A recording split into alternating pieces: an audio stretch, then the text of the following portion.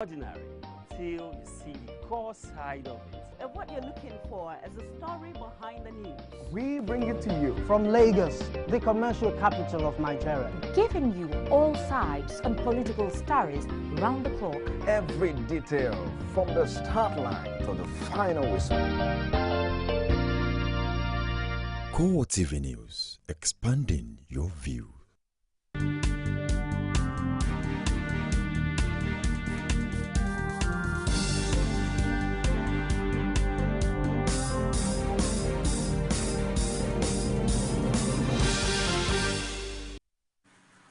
Glad to have you join us again on CoreTV News Hour. I am Frank Omalapi, and here are some of the stories we're filing at this time. A federal high court in Abuja has reaffirmed an earlier order that parties in a suit filed by the Speaker of the House of Representatives, Aminu Tambuwal, maintained the status quo. It, however, adjourned till November 17 with assurances of accelerated hearing in the legal challenge to alleged moves to force the Speaker out of office after his defection. Tambuwal was personally in court, accompanied by some leaders of the All Progressive Congress, but Justice Ahmed Mohammed declined to restore his security details. Lawmakers representing all the parties, however, have different interpretation of the status quo. What the law says is that status quo means the position before resumption of hostility. And hostility in this case is before the event which led to the filing of this suit occurred.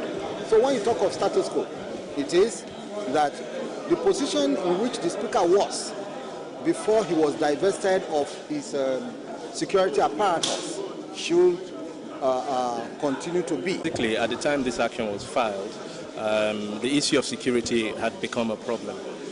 So, but when they came into court, I think the security had been withdrawn. So with regard to status quo, I don't think there's any issue with that. Oh, did he say restore? He didn't say restore. He didn't say this. He didn't say this. The status quo is that now we are in court. The court says enjoy the peaceful atmosphere until we determine this suit.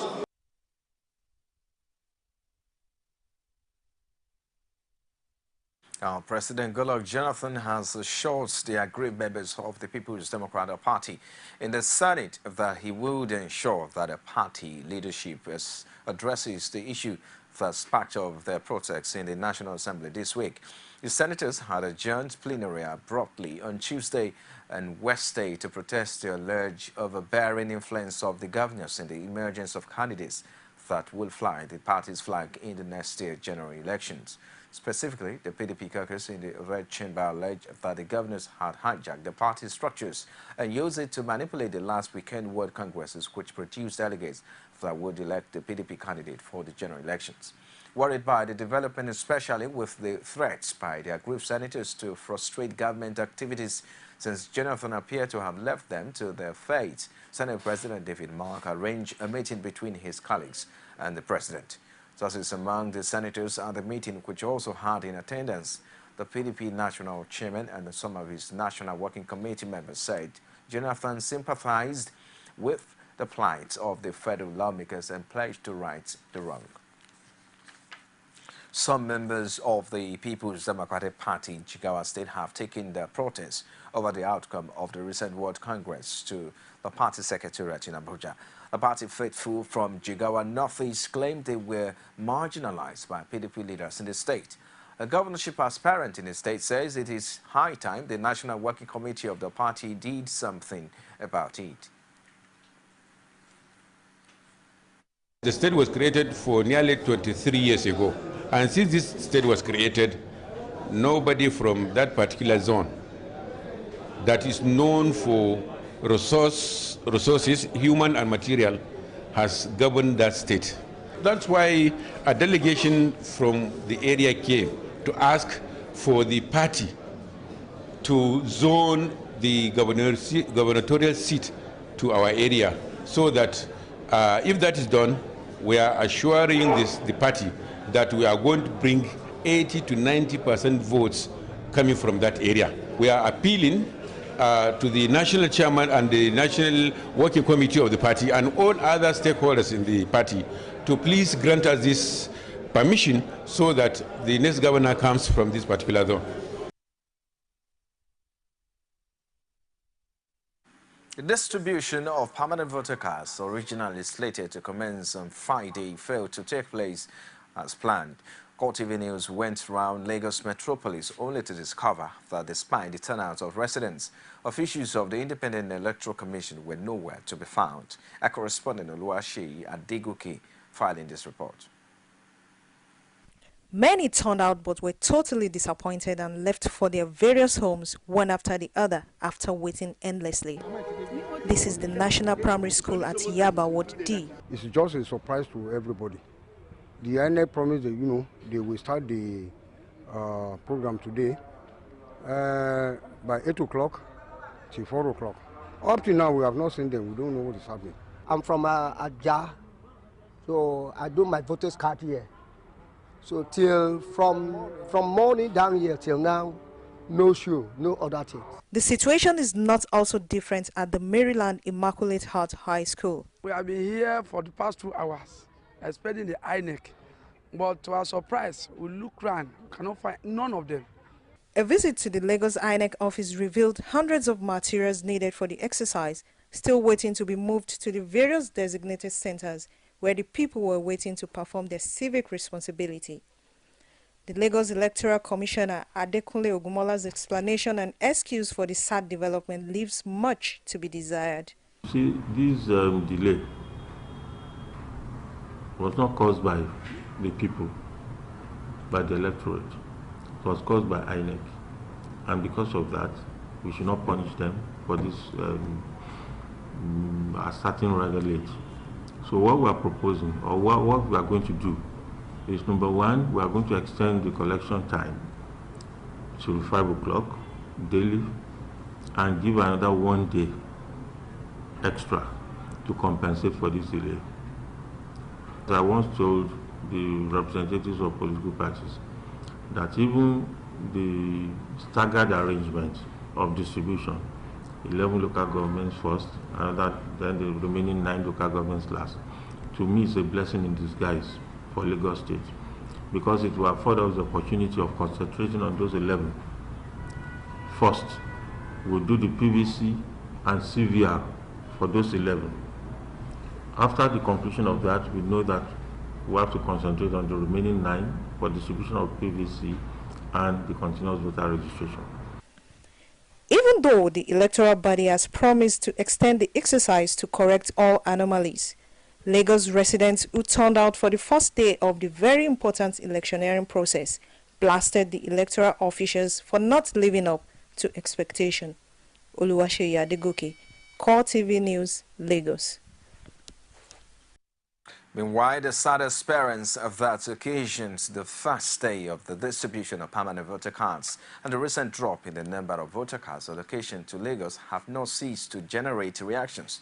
The Lagos chapter of the All Progressives Congress has called on INEC to put its house in order if it hopes to achieve free and fair elections in 2050.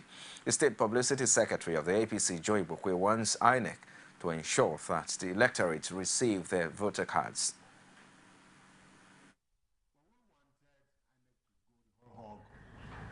And finish and do it in all the, give us our voters cards and all the permanent voter cards and all the 20 local government. But when they insisted that they must do it in 10, they are ready for 11.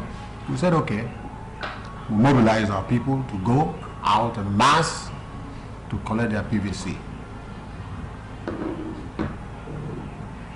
Ladies and gentlemen, we got the greatest, shock of our lives this morning when we mobilized our people to various, those 11 LGS. There was nothing on ground. INEC was not prepared. And then up to the time I left from the centers, there was nothing going on. Somebody told me that they came, the one in Alao said, yeah, via Achiwajo's mother's house, that they came around 4:30. And nothing happened. Ladies and gentlemen, the truth of the matter is that INEC was not prepared for this exercise. They told us that we registered 6.8 million voters. I think in 2011, before the 2011 elections. When the list was published, we saw 4.8. Now, what happened to 1.4? What do they want to do with it?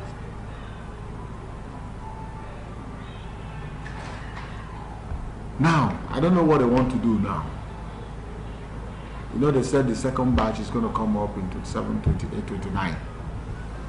Now, it looks as if they are going to merge it again. To us, we want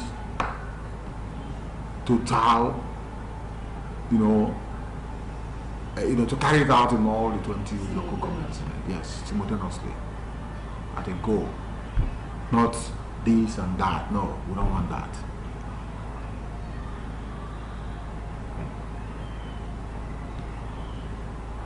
We therefore, my people, we therefore ask INEC and the REC in Lagos, Dr. Gumola, to put their house in order.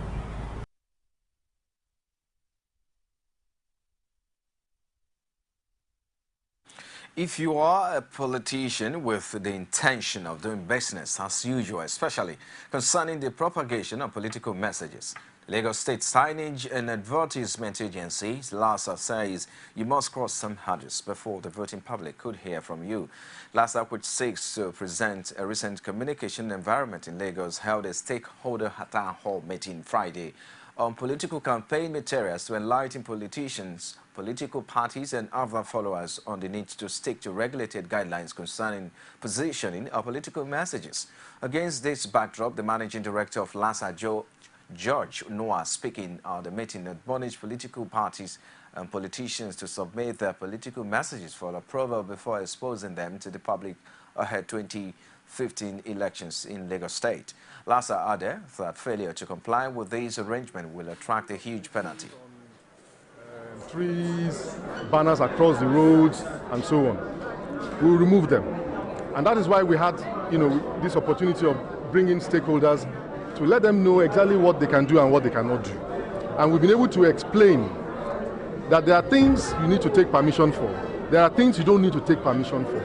And if we all adhere to this, then everybody will go about their campaign in the best possible way. We wish all the candidates and aspirants all the best, but they must all take part in this exercise in the best possible way such that they don't infringe and defile the environment in so doing. Part of our strategy for limiting the number of illegal deployments of outdoor materials is the penalties that we impose, and also apprehension. We have a team whose job it is to go out and apprehend people and to prosecute them, to find them. So it's not that we don't have this. It's not only about removal, because we know that removal alone is not enough deterrent. We must be able to take some punitive action against people who continue to deface the environment.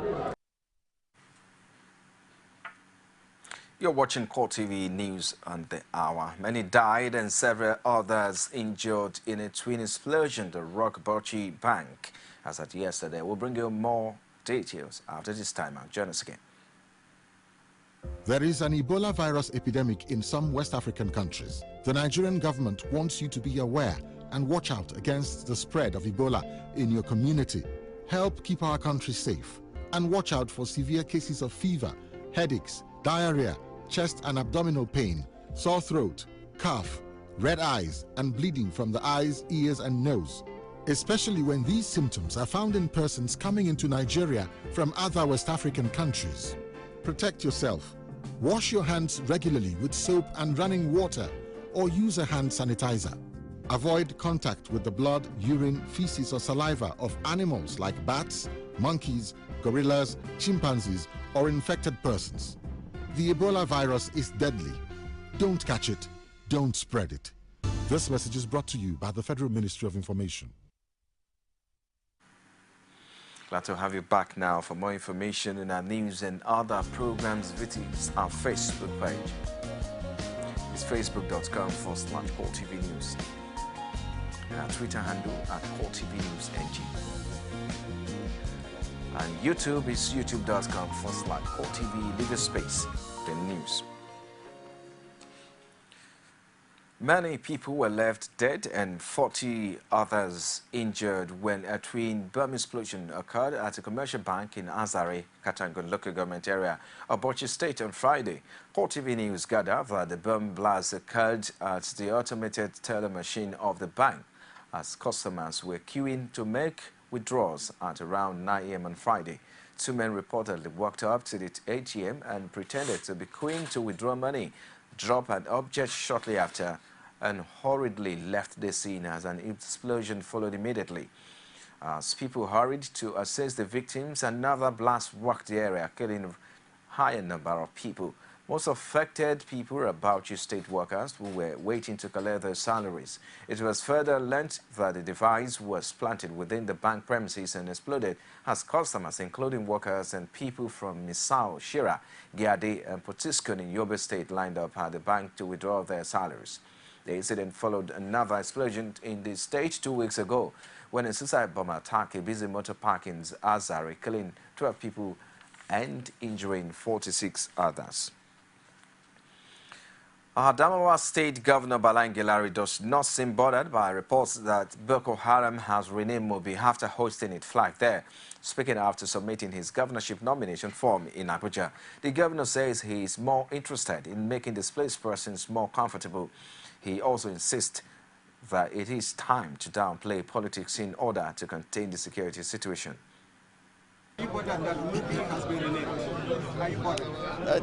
Everybody can wake up and have his fantasy about what he wants. It's an individual thing. You know, I'm not bothered about that. That's not my immediate concern right now, is to see that our citizens who have been displaced and they cut across religion and tribe are adequately catered for. The question of whether you name Mubi Jerusalem or whatever doesn't really bother me.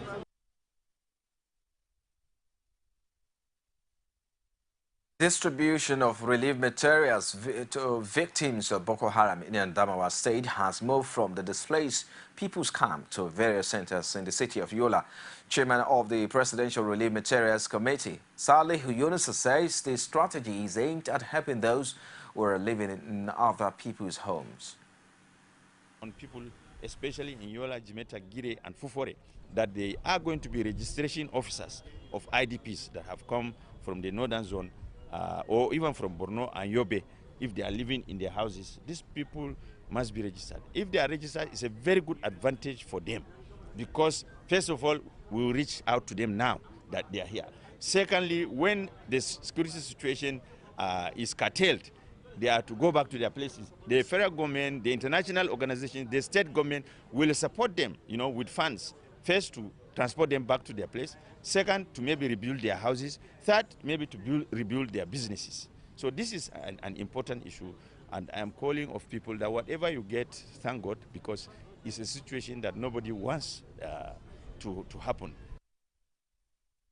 The relief materials on behalf of the Christian community, Adamawa State Chairman of the Christian Association of Nigeria, Mike Moses, wants the government to intensify effort at reclaiming the communities in the hands of Boko Haram.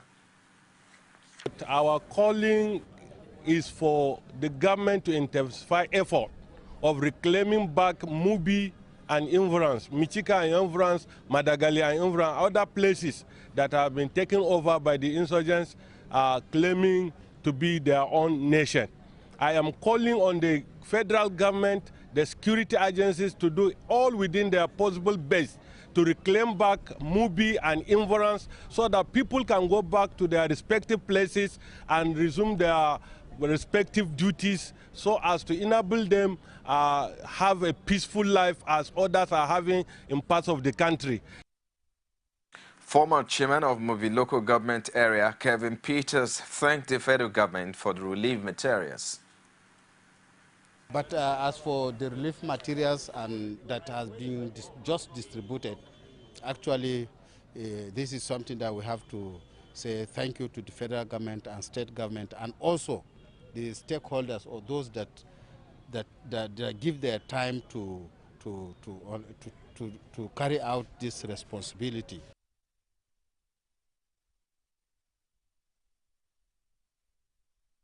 The Nigerian Society of Engineers wants federal legislators to focus on timely consideration of legislations, especially in view of infrastructural development. NSA President Ademola Olorunfemi stated this while presenting the communique at the end of the 47th International Engineering Conference in Abuja.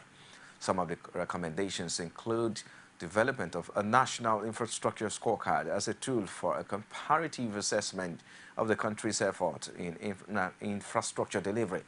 Others involve putting in place mechanisms for more intra- and inter-agency collaborations for optimal infrastructure utilization and sustainability. Eventually, and examine where are we, and present a card like what we have in primary school, secondary school, and even universities, and score these cards in such a language that we'll all understand.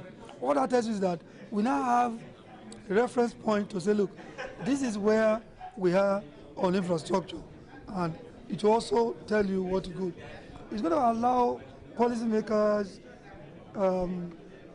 engineers, and other professionals to take informed decisions, and government in particular to prioritize and know what to do. Because you need to assess, if you make this report, what will be the improvement over the years, and you will need at least 2, 3 or more years to see that improvement, so you can continue to grow that. Outside Nigeria now, U.S. President Barack Obama and leaders in the House and Senate have held cross-party talks aimed at ending political gridlock in Washington. Friday's White House luncheon came after the Republicans won control of the Senate in Tuesday elections. Obama, a Democrat, and heads of both parties in the House of Representatives and the Senate were to explore avenues of compromise after years on rancor. Republicans have called their victory a rebuke of Obama's policies. Obama was on Friday joined for lunch by 16 senior legislators, including presumptive incoming Senate Majority Leader Mitch McConnell and Republican House Speaker John Boehner.